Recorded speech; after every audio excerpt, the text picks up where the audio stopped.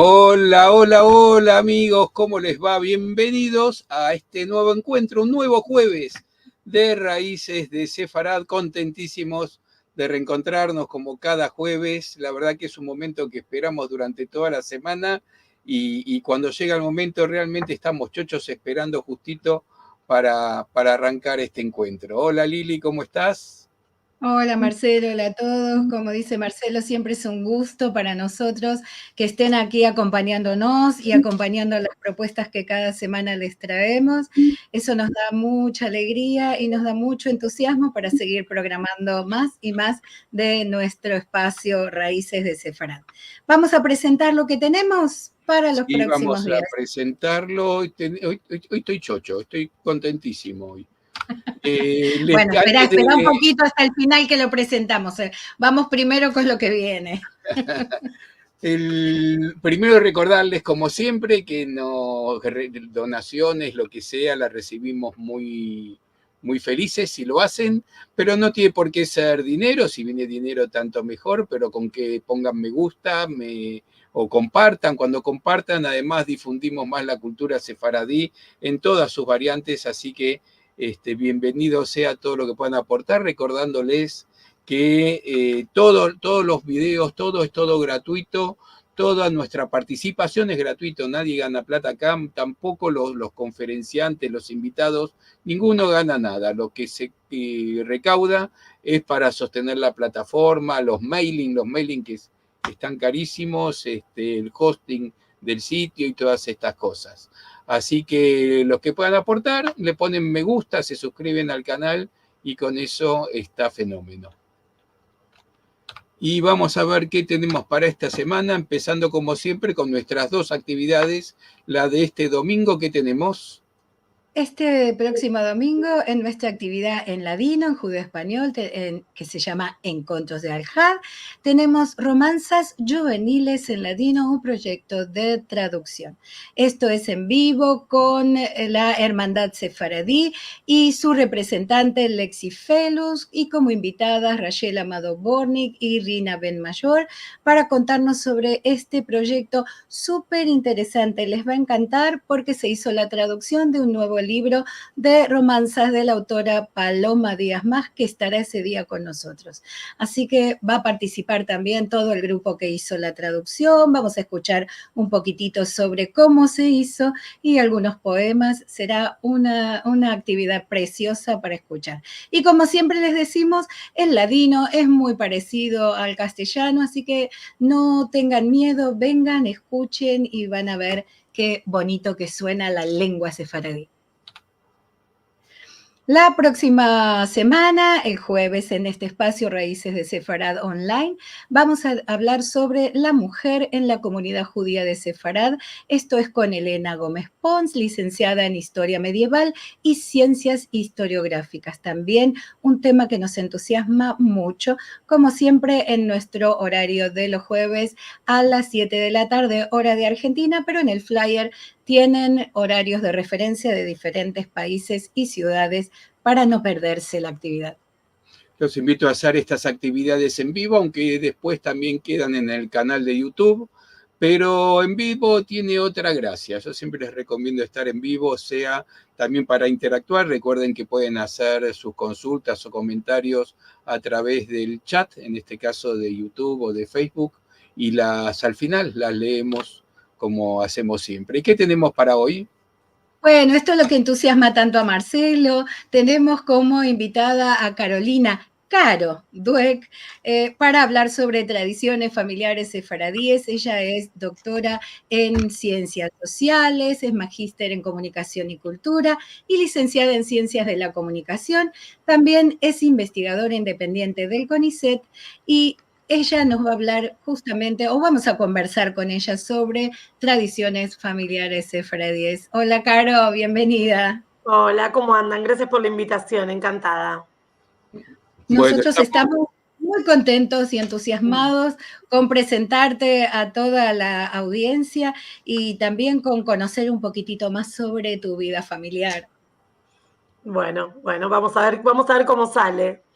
sí, yo Va a le voy a salir bien. contar a la gente primero cómo te conocimos.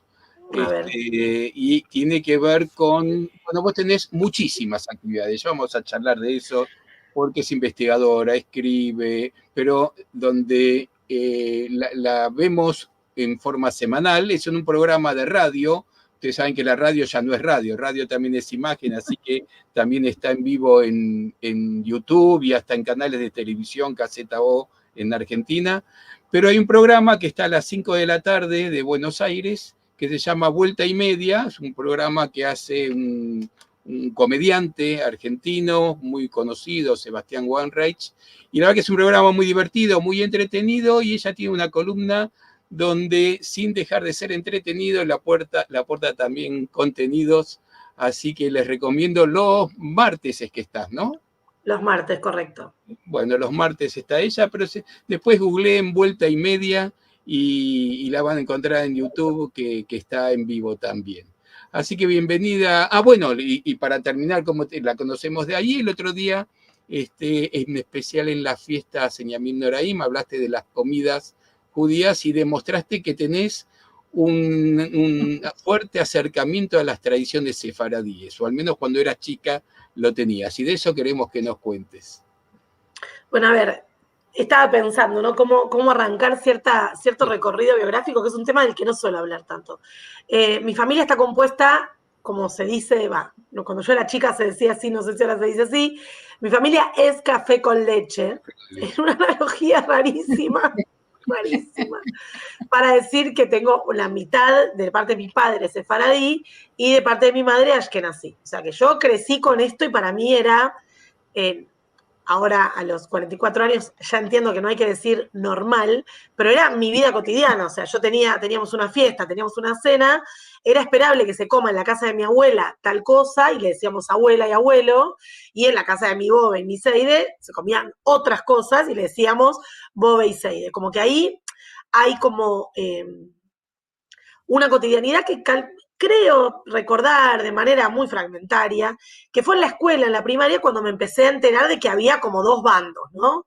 Como que había dos bandos entre ashkenazíes y sefaradíes que estaba medio picante, o sea, que había como una pica. De niña no me enteré, después sí me enteré que mis abuelos cruzadamente se mandaron a investigar los apellidos para ver cuán judíos realmente eran, esas cosas muy de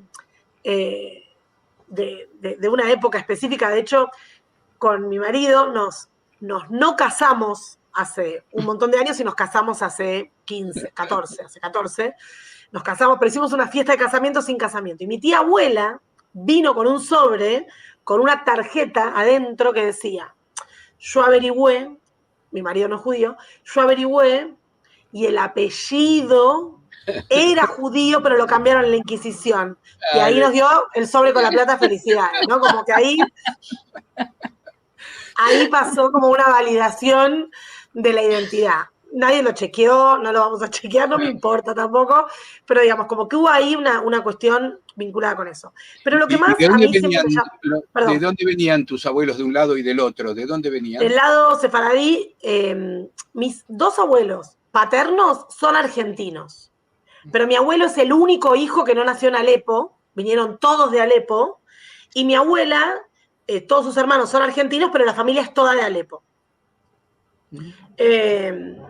Esto es lo para decir. Y del lado de mi mamá, mi bobe es argentina, y mi seide nació en Rusia, vivió en Bélgica, en Amberes, y vino para acá. Vino antes de la persecución, porque mi bisabuelo era cantante en un templo, era cantante de templo, un Hassan, entonces el Templo de Libertad lo contrató. Entonces él vino antes de que tener que irse por el Holocausto y demás, o sea, por la persecución, claro. Exacto. Entonces vino antes, pero bueno, ahí vino con laburo, vino quiero decir. A Buenos Aires vino.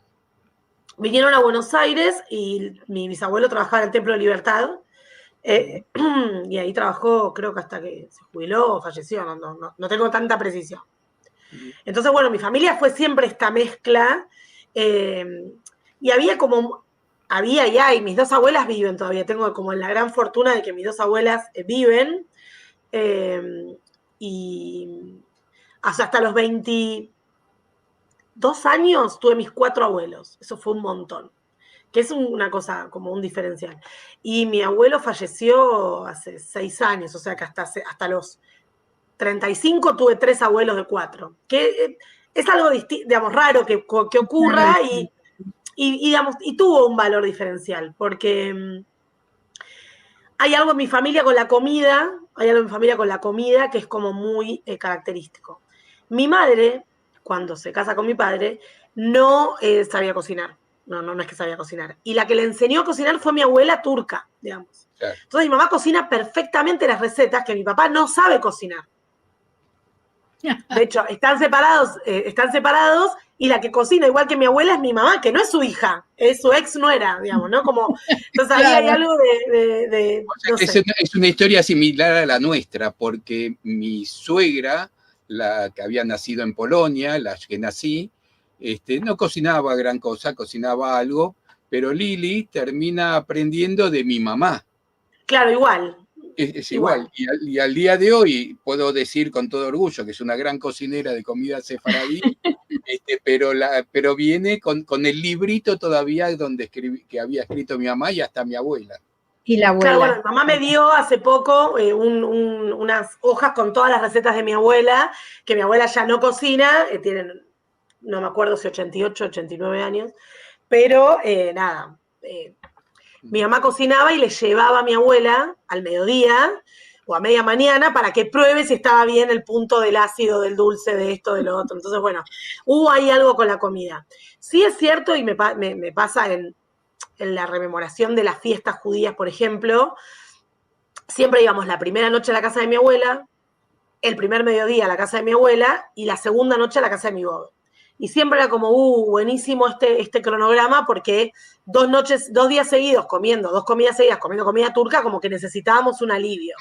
Y ahí hay como una gran combinación, porque tanto mi bobe como mi abuela cocinaban siempre, pero en la casa de mi abuela había 12 platos principales, por ejemplo, 10, 12 platos principales distintos en las fiestas. Literalmente había eso. O sea, literalmente había eso. Era como una cosa. ¿Y qué era? ¿Mesa grande? ¿En la de tu abuela de Alepo? Claro, ella no era de Alepo, de Argentina, pero de la familia de Alepo. Pero, claro, porque eso es una característica muy fuerte que tenemos los sefaradíes. No hay un primer plato, un segundo plato y un postre. Hay 50 entradas, 50 segundos platos y 50 postres, porque es la costumbre esa de servir la mesa variada, donde uno puede elegir. No es el tipo de comida que se sirve a la manera occidental, digamos, sino que es a la manera de Oriente.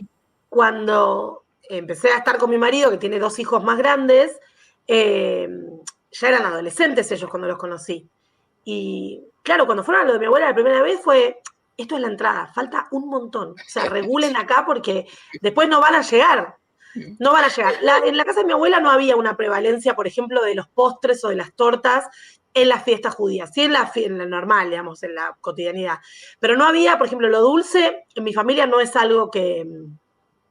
Sí hacía mi abuela mamul, hacía los caek, las rosquitas, hacía, pero digamos, no era el plato fuerte, había algo ahí de la llegada, me acuerdo que llegábamos del templo y estaba toda la mesa, y cuando yo era chica era con repasadores, más grande era con film, como que fue cambiando, todo tapado con repasadores, la entrada. Y después con film, entonces llegábamos y había que sacar todo el film de todo, y digamos, también hay algo, y esto es una hipótesis que no tengo pruebas, pero la dejo planteada, hay algo de la diferencia entre las temporalidades. Yo creo que comer como comíamos en una época como la actual, con el nivel de estímulo, de cansancio y de estrés y demás, ya no es viable. O sea, yo pienso hoy, cuando mi mamá para las fiestas hace 2, 3 platos, ya como en un plato tercios.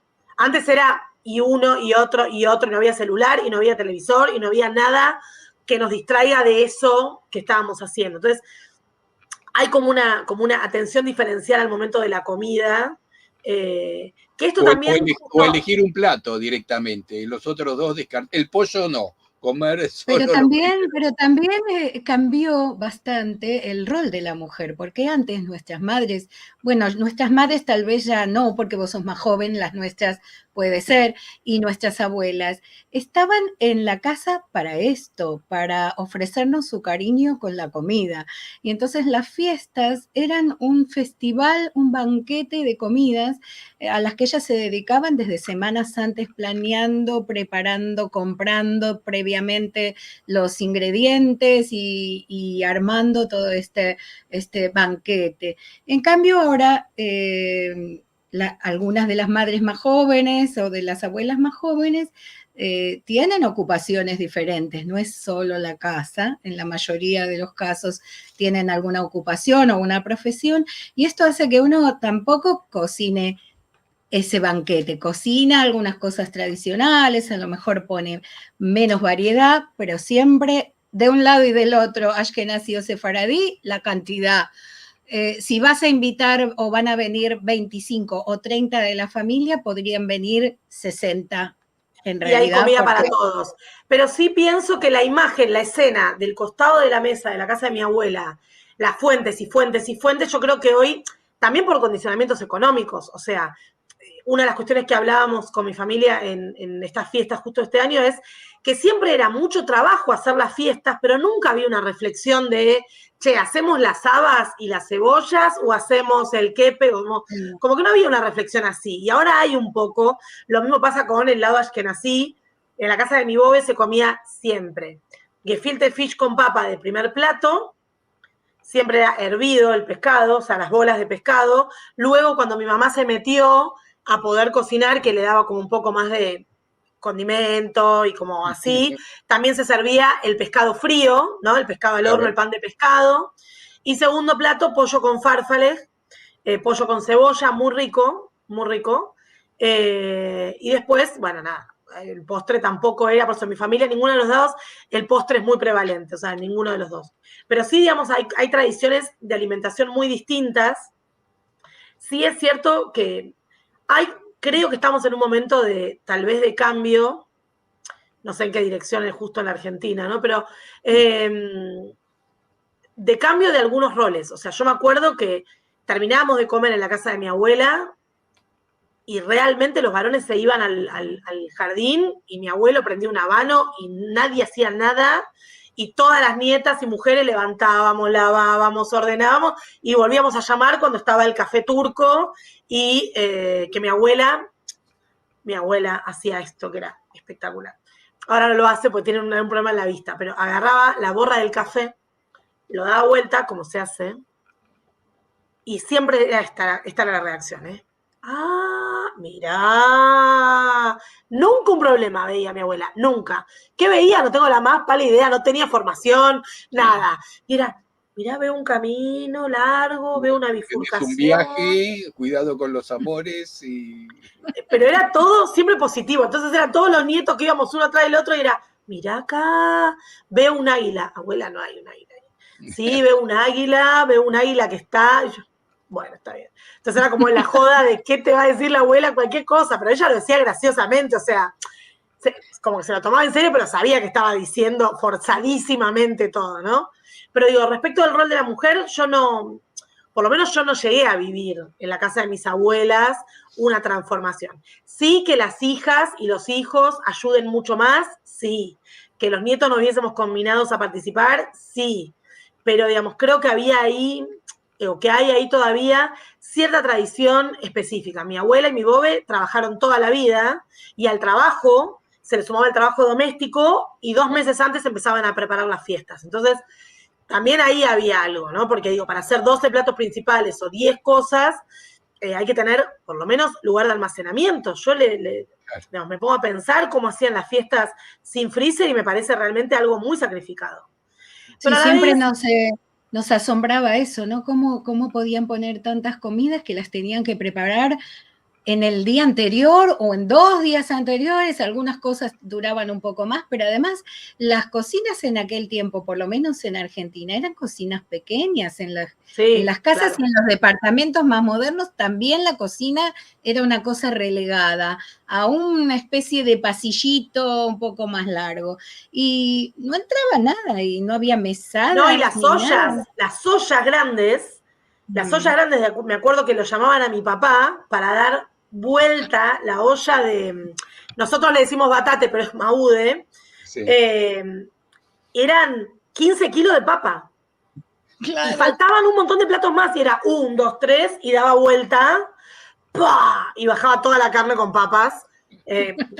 Entonces, me acuerdo de esas escenas que eran tremendas, las pilas de pollo de mi bobe también, o sea, pila de pollo, de presas de pollo, todas con cebolla y juguito. Entonces, hay algo ahí de la experiencia emocional de la comida, que por lo menos para mí es constitutiva, de hecho, sacando las fiestas y demás, hay algo a mí del recibir hoy en mi casa que siempre me moviliza quiero servir bien, como siento que es una forma de demostrar afecto, de hecho no soy tan afectuosa en general, y siempre pienso que la comida es mi forma de demostrar afecto, ¿no? Como buscar aquello que le gusta a cada uno y lo que les gustaría comer, y digamos, hay algo ahí en mí que busca eso, que tuvo que ver con ese aprendizaje, ¿no? De hecho, la comida es un ítem muy relevante en mi vida. Y yo creo que tiene que ver también con esta historia, ¿no? Con esta pelea eterna entre la berenjena frita y el kniche de papa. O sea, berenjena frita mucho mejor, ¿no? Pero, que las dos son riquísimas. No, bueno, yo el kniche de papa creo que está un poco sobreestimado, la verdad. Creo que tiene una prensa que no se merece. Estoy de acuerdo. Que no se merece. Bueno, lo que pasa es que lo comes. El tema con el kniche de papa es que es una comida que se puede preparar en diferentes niveles.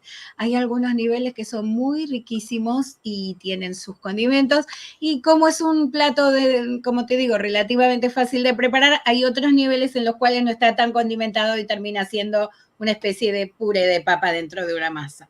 Pero tiene su Estemos de acuerdo en no acordar en esto. Yo acá me bajo de este plan que estás proponiendo, me bajo. Lo que pasa es que cuando vos mordés un kniche de papa, cualquiera, el restaurante de comida judía más sofisticado que puedas ir, que lo hice. Y el que haces vos o yo, que no me sale redondito para adentro, no sé qué, que le pones, le condimentás y todo.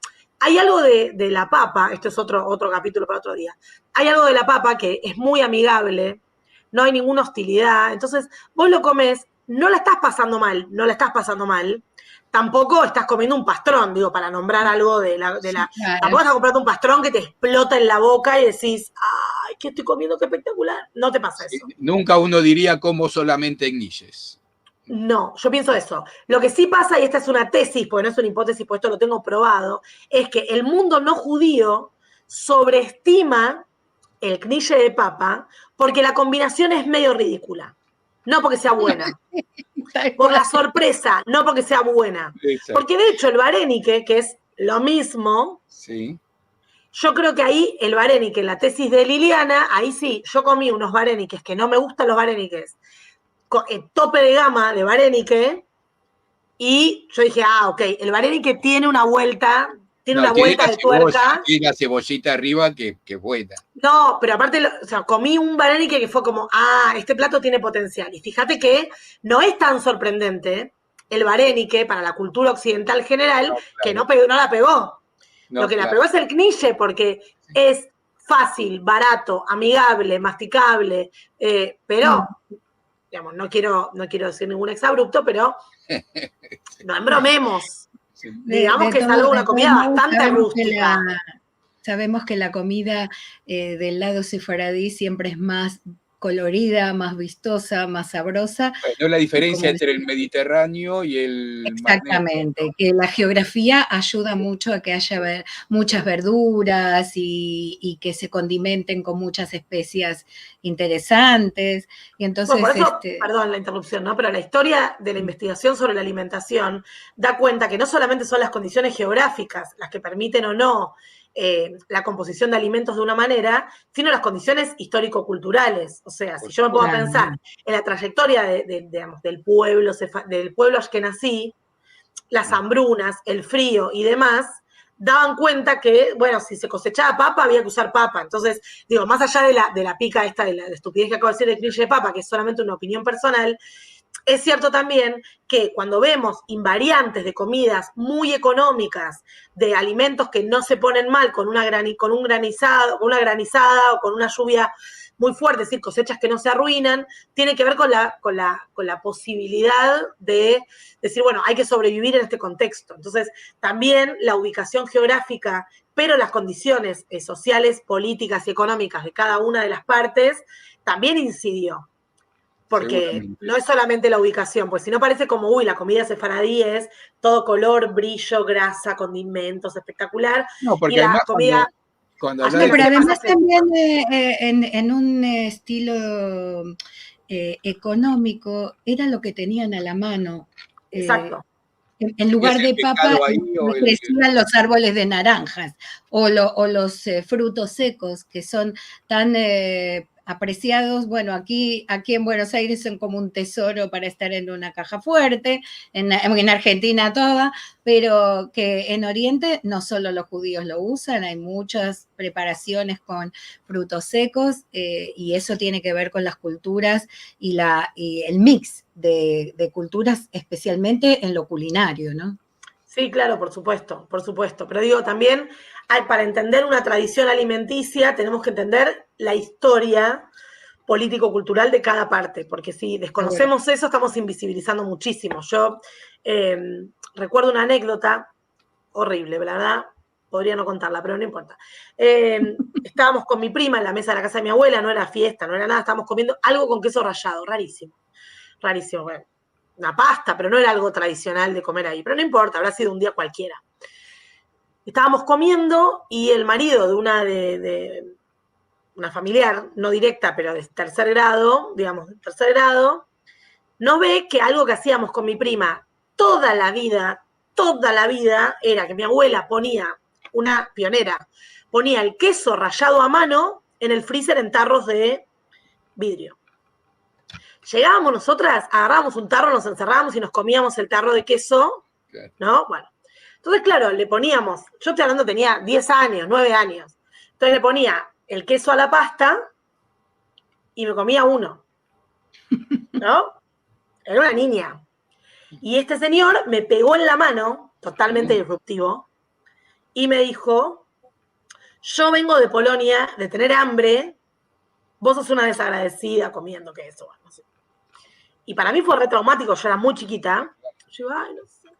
Bueno, hay algo de la experiencia del hambre que te atraviesa, ¿no? Bueno, eso es como cuando nuestros padres decían, come todo, no sabés que en otros lugares los chicos tienen hambre. Claro, ahí ¿qué te vas a contestar? Porque no hay, digamos, de hecho, me pasa a mí en mi propia investigación sobre infancia sin juego, que muchos padres y madres le dicen, yo cuando era chiquito no tenía juguetes. No hay respuesta para eso, o sea, valorar, ¿qué voy a valorar si nunca tuve? O sea, no. Ahora, quienes sí pasaron hambre, quienes sí pasaron carencias, digamos, tienen una marca en su trayectoria subjetiva que da cuenta de, bueno, hay otro espesor en, bueno, pero tenemos papas, ¿no? Hay un libro muy lindo que se llama La Sociedad de la Cáscara de Patata de Guernsey.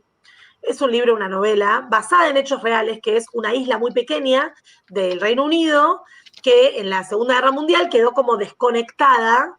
Entonces lo que tenían muy poca comida y había ocupación, había soldados, como que no queda tan claro, y terminaban haciendo como uno de los personajes, horrendamente, como un pastel, con la cáscara descartada de la papa, porque era tal el hambre que tenían, ¿no?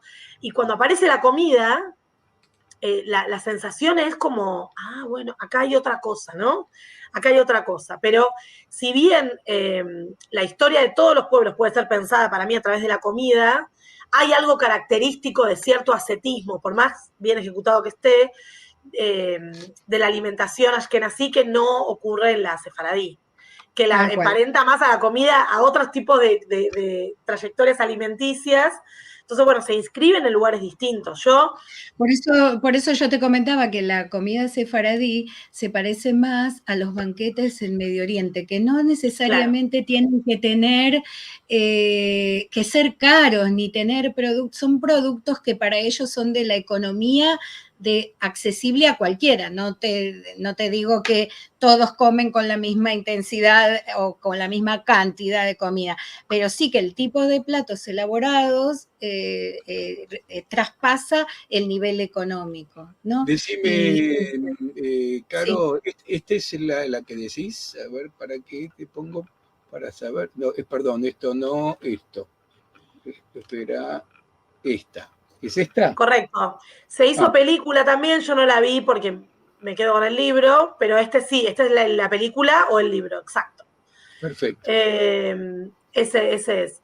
Sí, es cierto también que hay algo que me pasó a mí cuando me independicé, que cuando las pocas veces, tampoco tantas, que hice algún plato de comida sefaradí, siempre el carnicero me decía, ¿para qué tanto caracú? ¿Para qué tanto palomita? Es un corte hostil, ¿no? Como hay algo ahí de que la comida sefaradí es ostentosa, pero no necesariamente cara. No, Claro. Entonces, por ejemplo, la diferencia que hace mi mamá es, en las fiestas el arroz turco va con almendras tostadas. En el año va con fideitos. claro. Pero en la fiesta va con almendra tostada. Y tal vez podríamos comprar almendras todo el año, pero es como la marca de la vajilla de fiesta, es como, y en Rosh Hashanah va con almendras tostadas, como las almendras. Entonces hay algo ahí de la tradición y también de la gradación. Y si pensamos también en la historia de la paella, tiene que ver con el rejunte de cosas que se hacía con un hidrato. Entonces, digamos, toda la pasta, ni hablar de la pasta. Entonces, todos los pueblos o subgrupos tuvieron a lo largo de su historia un momento de carencia y una cantidad de recursos. Hay una comida muy habitual, digamos, que era de la tradición, que son los pasteles de jandrayo. Se llaman así. Contale, Lili, de qué se trata, lo explicás mejor que yo. Bueno, pero tenemos que explicar un poco que estamos hablando de la comida ashkenazí o sefaradí, pero que dentro de la sefaradí tenemos variedades, como decía Carolina, que de su familia que vienen de Siria, tenemos otros que vienen de Grecia o que vienen de Turquía y tienen algunas diferencias de comidas. Este es el caso del pastel de jandrayo que nombra Marcelo. Jandrayo es la palabra en ladino para decir andrajo, las sobras.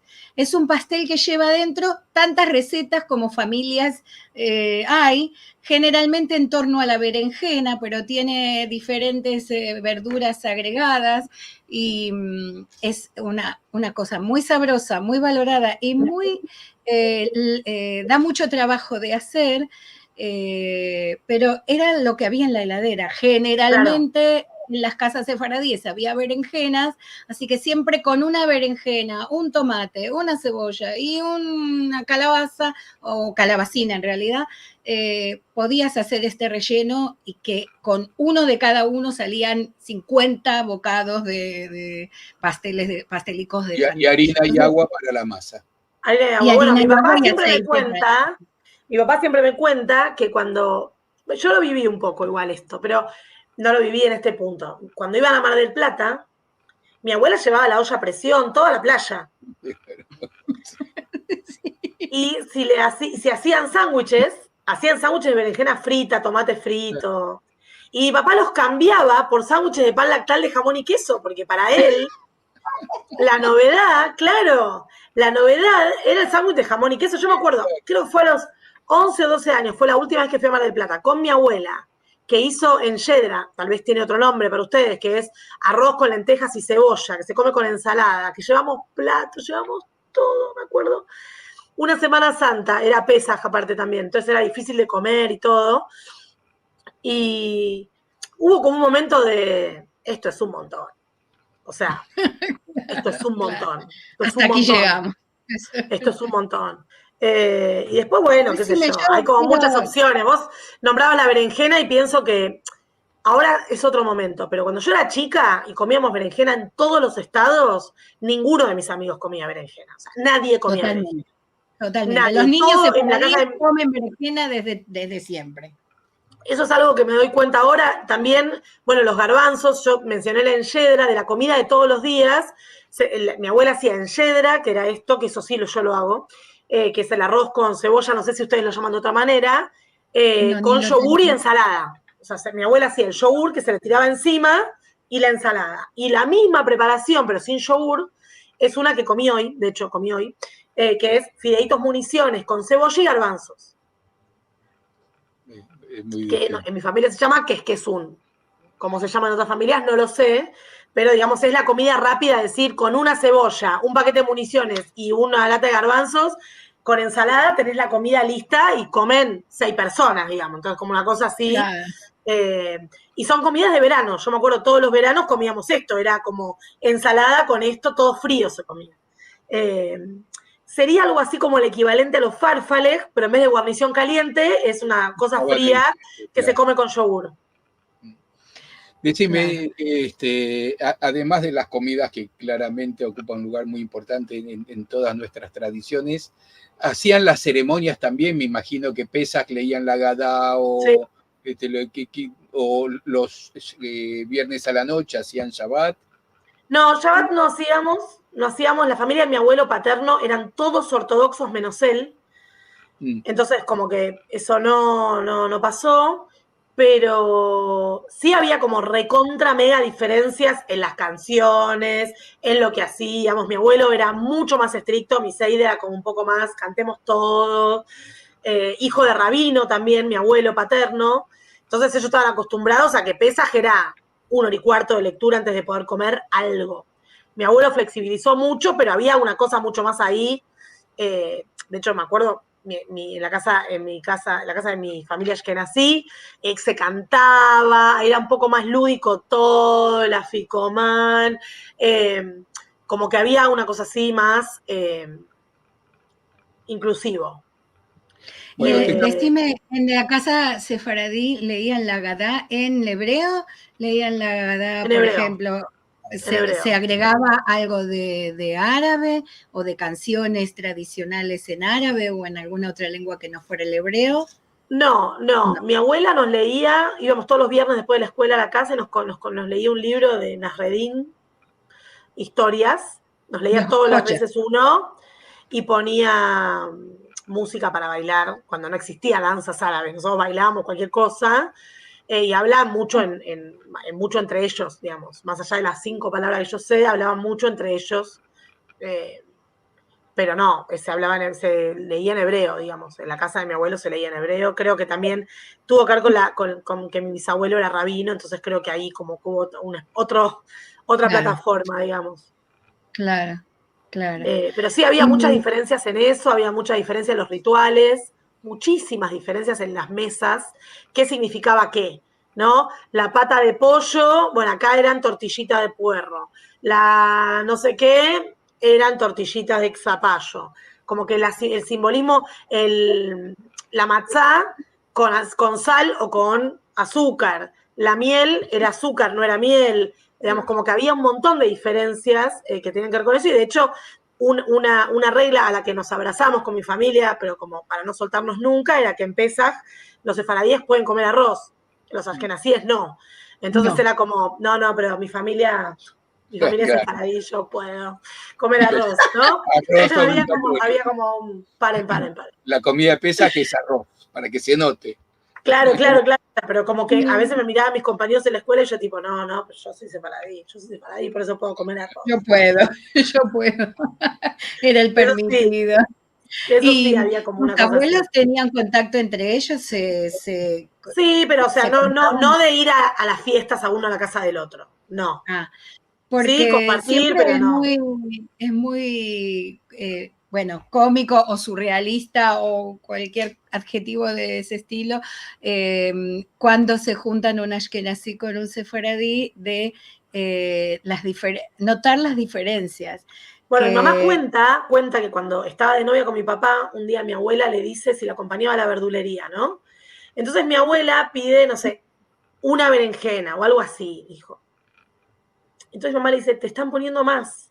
Y no sé, había pedido 1 kilo o había pedido 3 berenjenas y eran 3 kilos, y era todo así, y mamá decía como que no podía creer las cantidades de cosas, o sea, como que era todo, le parecía como, si ella iba a comprar para su casa o para su familia, era como 2 tomates, un pepino, ¿no? Y como que esto era todo un montón, todo un montón, como que no hay, y si bien, digamos, mi bobe es muy generosa también en la mesa, pero el tema de las escalas, mi mamá siempre cuenta que era como algo impensado, la escala, pero la escala de todo, no solo de la alimentación, como que todo escalaba mucho, digamos, cualquier ítem escalaba mucho.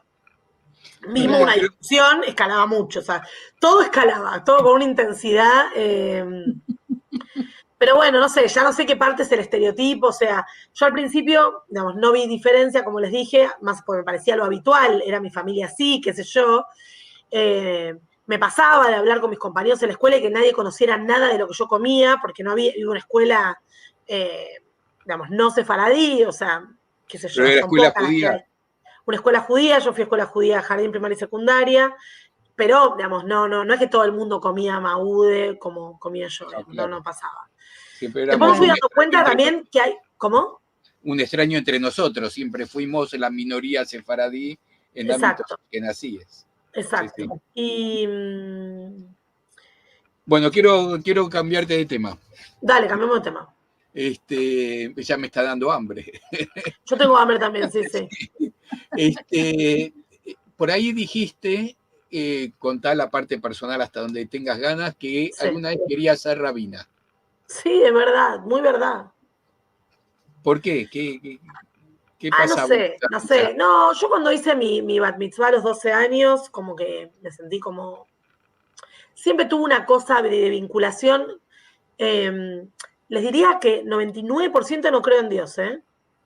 No creo en Dios. Pero hay algo de la ritualidad, la circularidad de los rituales que me gusta. O sea, la concepción judía del tiempo a mí me gusta. Esta idea de la cadencia, la repetición. Por eso digo que más allá de que parezca a veces que no se voy al templo, ay, sabes todo, no tiene que ver con religiosidad, sino con la circularidad del tiempo también, ¿no? Eh, Me acuerdo cuando, ya adolescente, ¿no? Cuando yo iba a una escuela judía también muy condicionada por esto. Y llegaba Año Nuevo judío y se dice que hay que hacer un balance, no sé qué. Y yo en un momento me di cuenta que lo estaba haciendo. Digo, si mi año no va por ahí, pero hay algo del ritmo, de los rituales, que a mí me parece bien. Y cuando, o sea, no iba a ser rabina y no hacer otra cosa, pero se me ocurrió ser rabina, estaba como en un momento muy involucrada. Había un tipo de condicionamiento con las mujeres, no sé si estaba prohibido, pero no era algo habitual. No era algo habitual hace 28 años, una cosa así, no era algo habitual.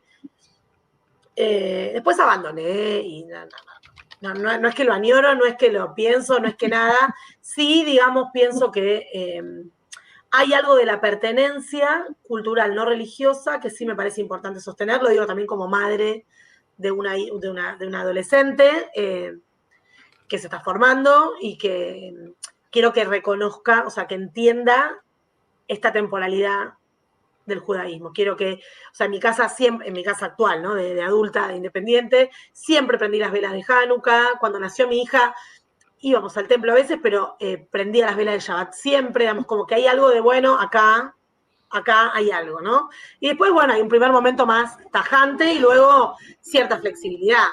Cada 15 días hacemos jalá los viernes, también soy muy estructurada, ¿no? Los viernes, o sea, como que hay algo ahí de la cadencia de la semana. En la casa de mi abuela y de mi bobe no se comía jala los viernes. Sí, mi abuela sefaradí siempre los viernes tenía un bizcochuelo para el fin de semana. Y mi mamá también, siempre había un bizcochuelo en un tupper cortado en cuadraditos para ir al club. Siempre había un bizcochuelo cortado en cuadraditos. Entonces, bueno, ese lugar lo ocupa un poco la tradición. Pero más allá de la comida, puntualmente, la concepción del tiempo a mí siempre me interesa, ¿no? Como es la época de Pesaj, es la época de...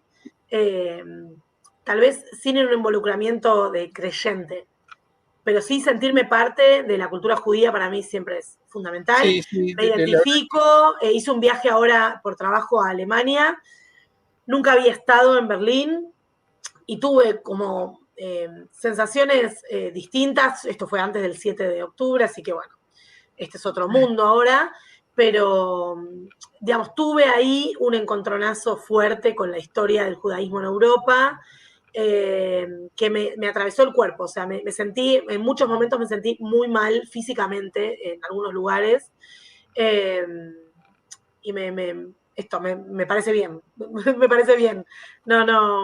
O sea, Sí, el me judaísmo sentí como asfixiada en algunos momentos de ver la historia que tanto estudié, tanto Sí, tanto repetimos. abruma estar en el lugar Sí. del que uno no es que desconoce la historia, en mayor o menor grado tenemos ese conocimiento de lo que pasó, pero cuando uno está en el lugar justo, es una sensación que agobia, ¿no? Bueno, en el Museo Judío de Berlín, que es bastante impactante, hay muchos momentos impactantes, pero el momento que realmente me angustié,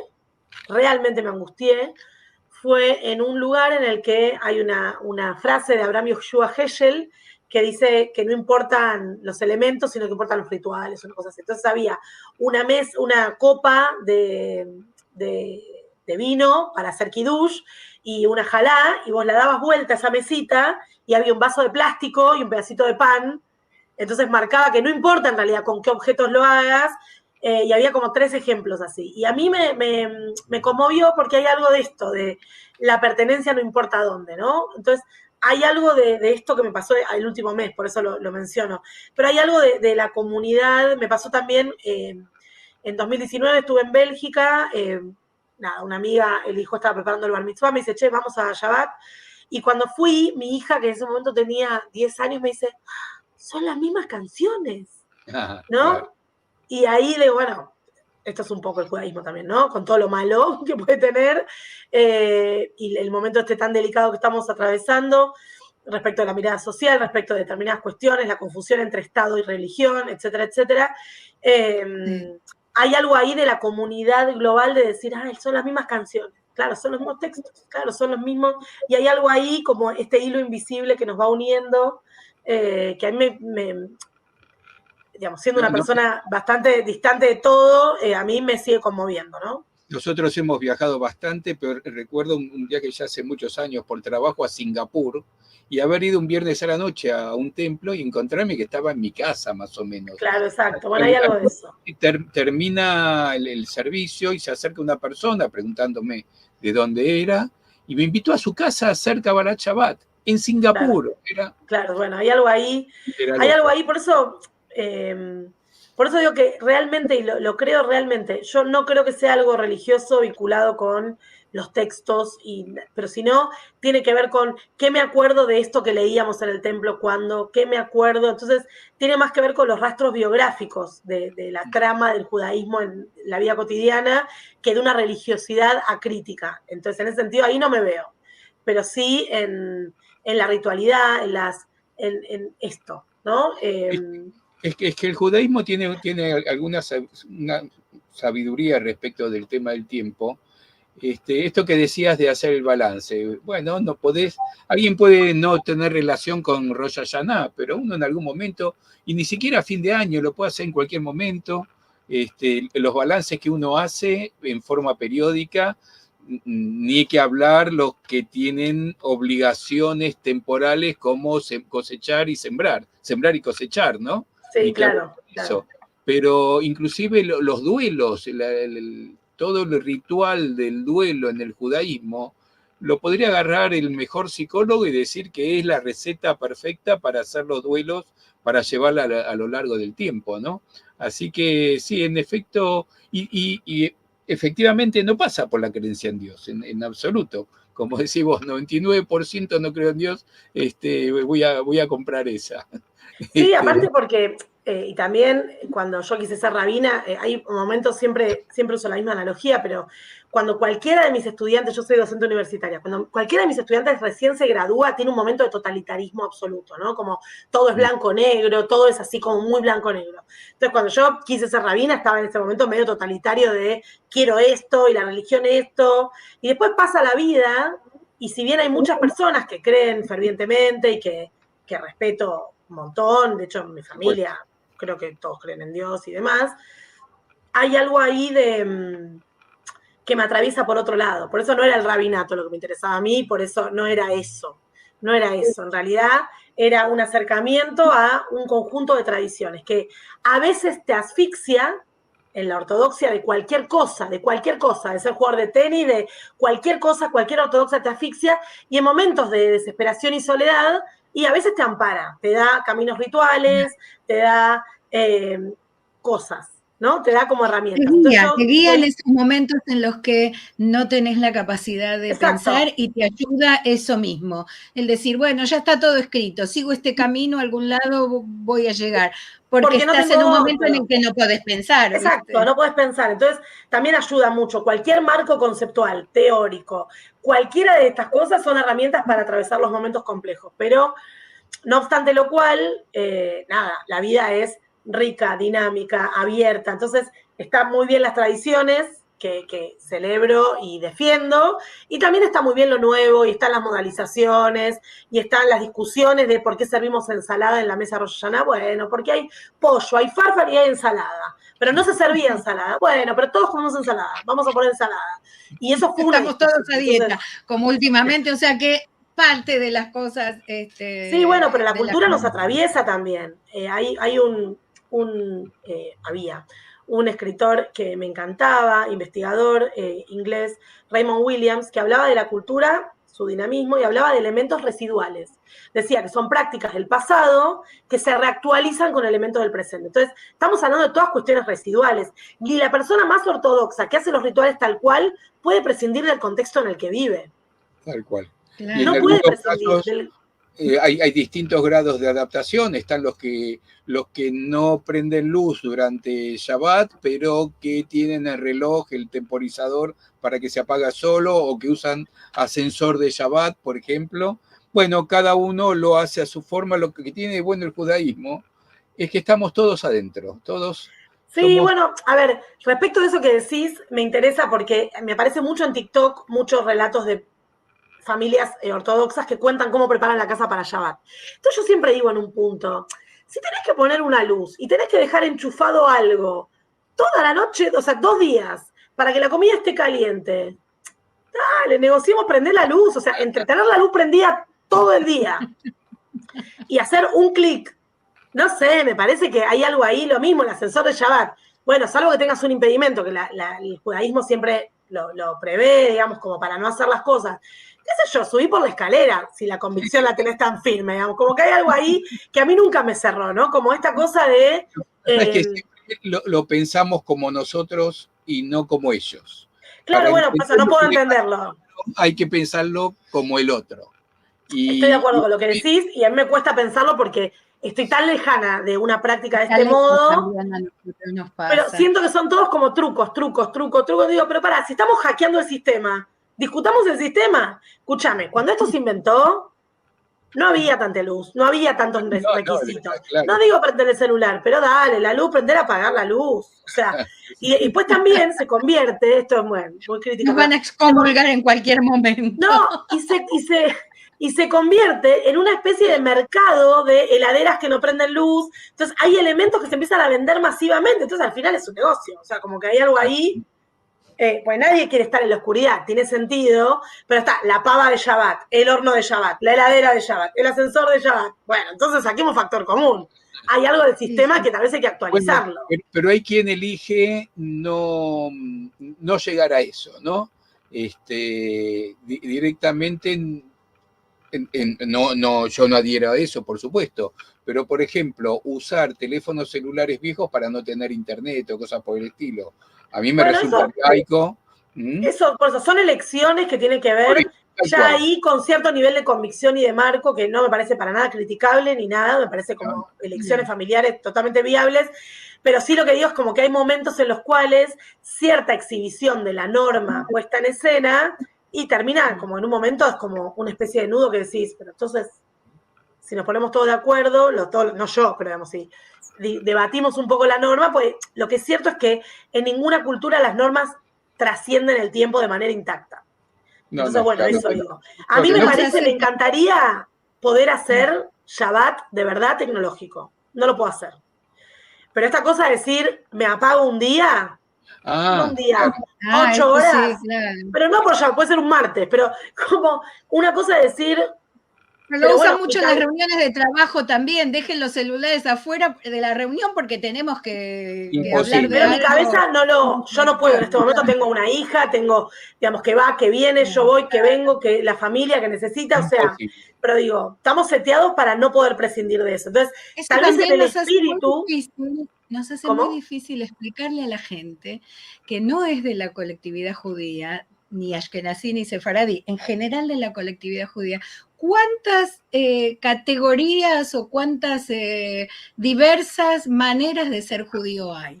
¿No? Un trillón, un trillón. Es por eso te digo, y cuando alguien te pregunta, bueno, pero porque a lo mejor los más visualmente judíos son los ortodoxos, tanto ashkenazí como sefaradí, y entonces la gente tiene eso en la cabeza, y cuando vos no lo haces, pero vos sos judío, y Claro. uno trata de explicar, sí, yo me siento muy judío, pero no hago esto y no hago lo otro, pero sí hago esto, y es muy complicado de entender Pero yo creo que le la pasa también a cualquier persona que profesa cualquier culto o religión, que también el nivel de gradación, ¿no? Para los hermanos de mi abuelo no era judío prácticamente, porque Claro. eran todos ortodoxos menos él. Para mí, mi abuelo era recontra religioso, y entonces hay como un nivel de gradación que depende de cada familia, depende de cada no sé, o sea, pienso eso, ¿no? Sí, Yo para nuestros recuerdo que amigos en el nosotros templo, somos ¿cómo? religiosos. ¿Cómo? ¿Cómo? Para nuestros amigos, nosotros somos religiosos, porque Claro, bueno, para mis amigos yo también soy recontra religiosa y en realidad yo siento que de lo que comillas, habría que hacer, hago un 0,0002 y la verdad como mi vida no se rige por eso. Pero hay momentos en el año y momentos, yo recuerdo que iba a escuela judía y en la casa de Miseide, que se leía más pausado, la palabra completa, que los textos estaban con puntitos, yo empecé a entender los textos ahí. claro. Y entonces, Claro. como que cada lugar me dio como otro insumo. Yo empecé a entender lo que estábamos diciendo.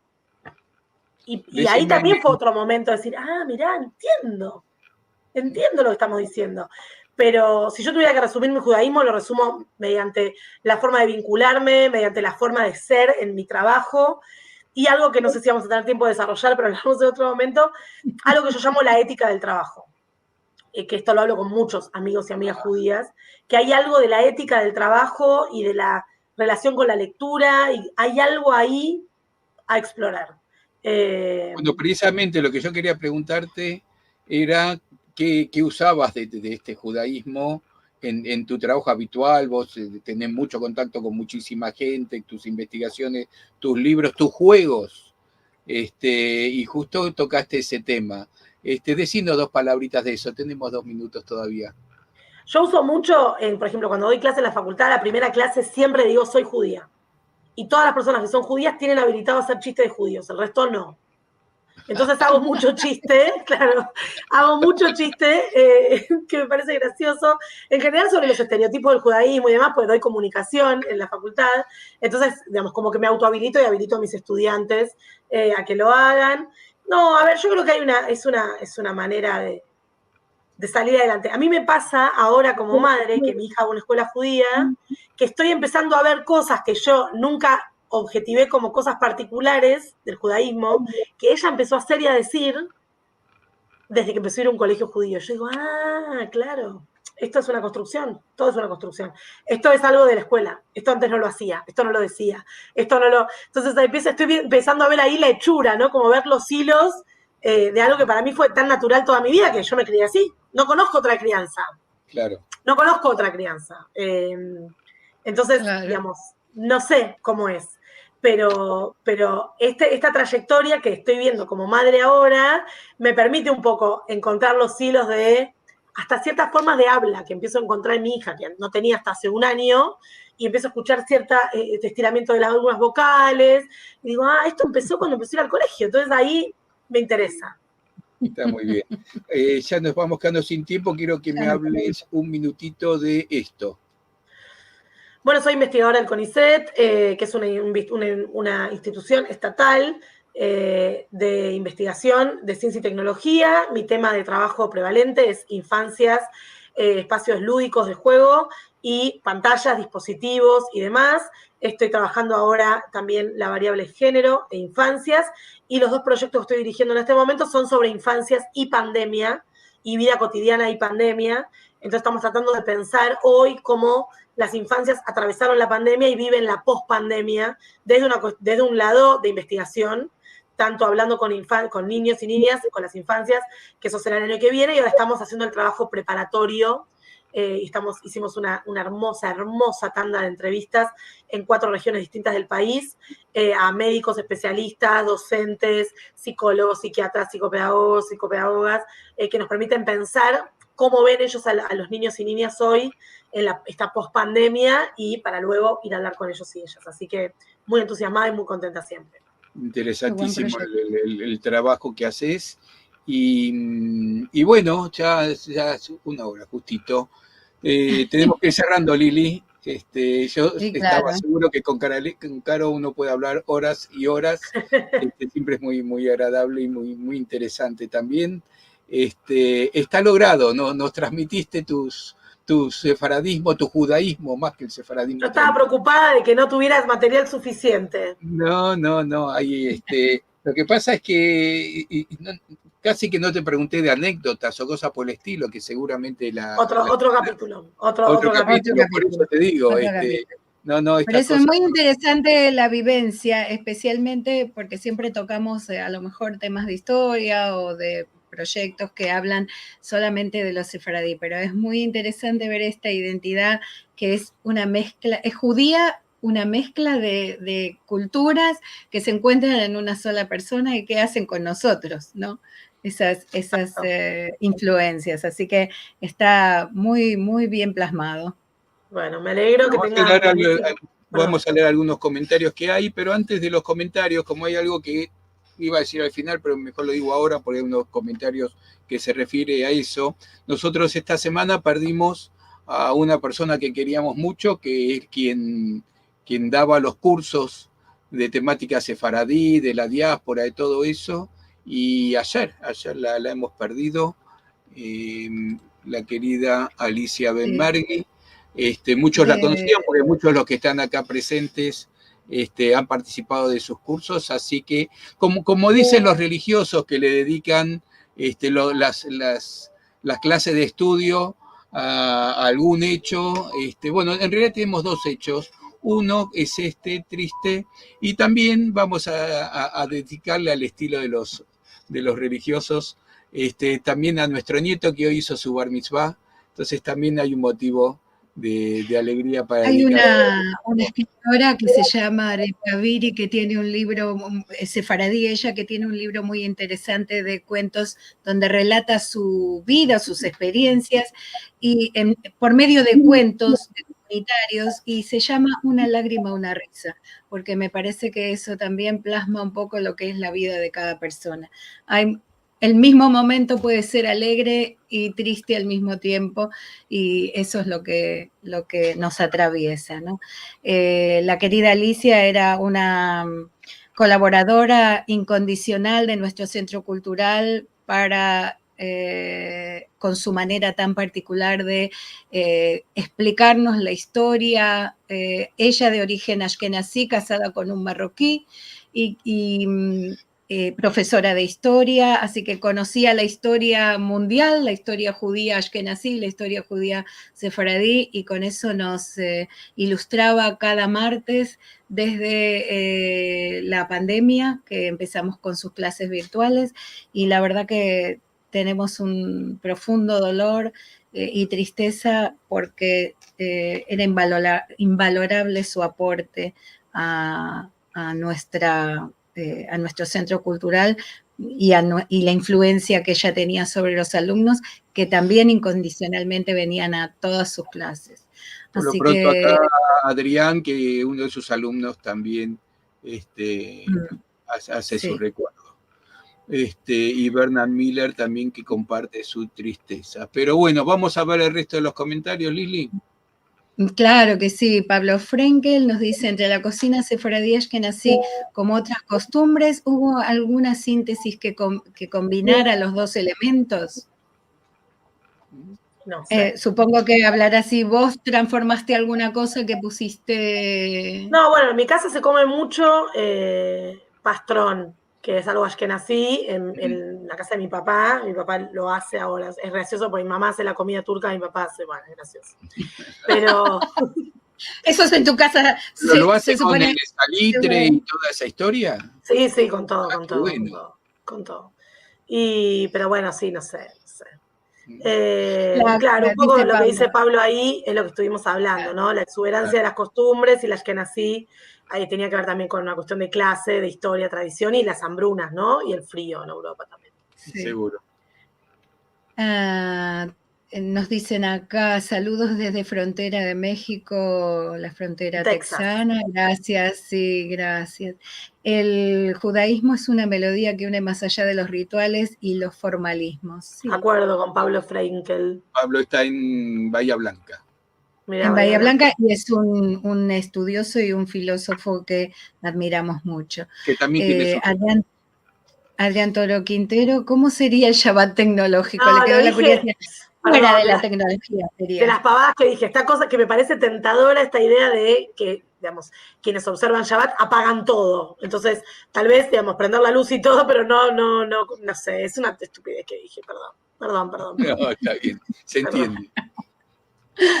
Y acá también Adrián desde Colombia que nos pregunta cuáles son las cualidades que más se destacan del carácter sefaradí, ashkenazí, mizrahi. Eso me parece que sería para una clase para otra entera. No sí, sé si yo no sabría existe contestarlo mucho tampoco, así que no sé. Bernard Miller desde Londres, gracias por el panorama pancultural y este debate fascinante y divertido que ha planteado tantas preguntas y respuestas. Que vaya a dormir porque es como la 1 de la mañana. Sí, Bernard. Sí. Ya estamos acostumbrados, tenemos mucho público que es de Europa y que se desvela, como le decimos nosotros, para estar con nosotros en vivo. Bernard nos dice, me parece que lo más importante es celebrar nuestras diferencias de interpretación de lo que es ser judía o judío o humano. Y Adrián dice, muy agradable el encuentro del día, impecable, muy interesante el punto de vista de Carolina, debe ser invitada más a menudo. Muchas con gracias. lo que nos costó la agenda, ¿no? Así que vamos a poco. Alberto que nos dice, interesante exposición, saludos cordiales desde Salamanca, también está desvelado, muchísimas gracias. Dormir, sí. Y muchísimas gracias por las felicitaciones por el Bar Mitzvah, estamos muy contentos. Y Shabbat Shalom, claro, para Shabbat Shalom mañana, chicos, paremos un poco. Tranquilicémonos No, pero esto es habitual. Nosotros hay un grupo de Ricudín, por ejemplo, que viene a hacer bailes acá al salón del Centro Cultural los miércoles, y cuando se va nos dice Shabbat Shalom, porque después viene el otro miércoles. Claro, porque no nos vemos hasta el miércoles siguiente, así que bueno. Tiene sentido. Bueno, gracias, muchísimas gracias, Caro. Disfrutamos un montón, nos tenemos que ir. Vamos a contarles un poquito. Dos consejitos. Uno, sigan a Caro en Instagram, la van a pasar fenómeno.